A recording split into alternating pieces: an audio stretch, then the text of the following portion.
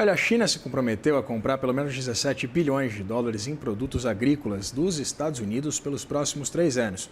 Segundo a Casa Branca, esse acordo foi feito durante as reuniões entre o presidente do país, Donald Trump, e o presidente da China, Xi Jinping. Assunto para o repórter da Itatiaia, Fabiano Frade. Fabiano Frade, isso aí deixou um bando de produtor rural de cabelo em pé, meu amigo. Seja muito bem-vindo, boa tarde.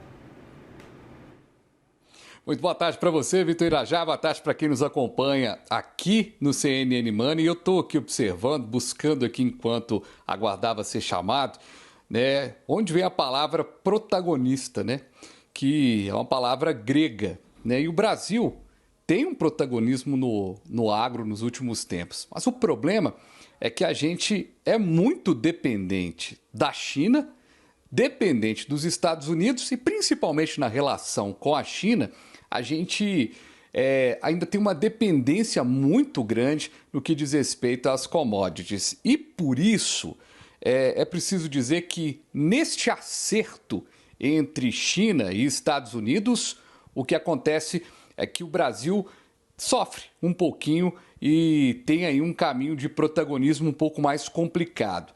Para a gente entender, né, a China se compromete a comprar 17 bilhões de dólares em produtos agrícolas. Esse acordo prevê aí as importações de 2026, 2027, 2028, conforme anunciado pela Casa Branca. Esse compromisso foi feito entre reuniões entre os presidentes das nações e esse valor não inclui, inclusive, aqueles compromissos de compra de soja que a China fez em outubro de 2025, como afirmou também o governo americano. A dependência das exportações brasileiras focadas em commodities para a China impõe a necessidade cada vez mais do Brasil agregar novos mercados, agregar também valor ao que está sendo produzido. Mas, se a gente tem essa posição um pouco mais complexa, é curioso, né?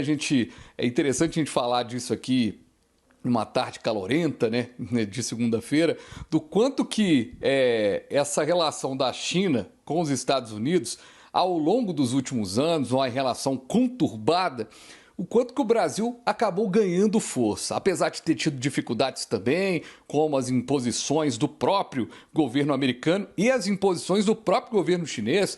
Haja vista que a gente tem essa complicação aí em relação à nossa exportação de carne para os chineses, mas a gente acabou se aproveitando um pouco do lado positivamente desse conflito ali comercial entre os dois países. Mas o Brasil também tem uma posição privilegiada e aí há quem diga na possibilidade de olhar o copo meio cheio, né?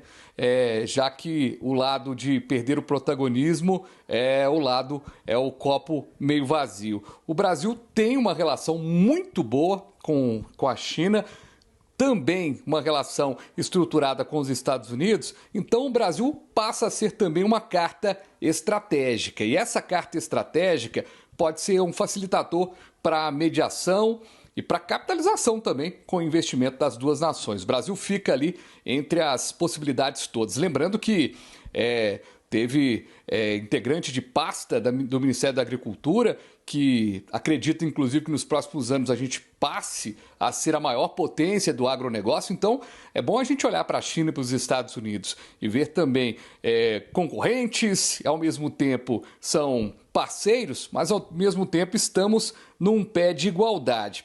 Esse aproveitamento diplomático do Brasil, alguns analistas apontam que essa posição acaba sendo uma possibilidade de capitalizar, como eu falei. Agora, essas tensões comerciais diretas entre os dois países, o Brasil também terá que ter um jogo diplomático muito grande. Temos um bom cenário para analisar mais à frente, Vitor, mas o fato é que o jogo com 17 bilhões de dólares garantidos de compra mudou aí e muito o nosso mapa geopolítico e como tem mudado o mapa geopolítico nos últimos dias. É com você, meu amigo. Pois é, né, Fabiano Frade? Uma loucura essa relação entre Estados Unidos e China, principalmente desde o regresso de Donald Trump à Casa Branca, a ver como vão ser impactados os nossos produtores rurais. Muito obrigado pelas suas informações, Fabiano Frade, repórter da Itatiaia.